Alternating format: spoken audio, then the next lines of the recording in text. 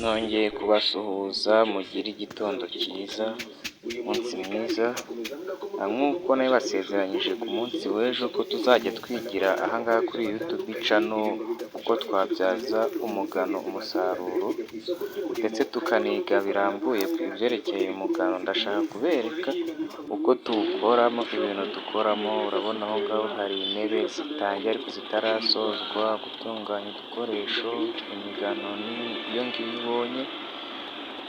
Noneho urabona uko uyu musore ari kugenda abikora, yabyize mu minsi mikeya. Urabona intebe zivamo uko ziba zimeze,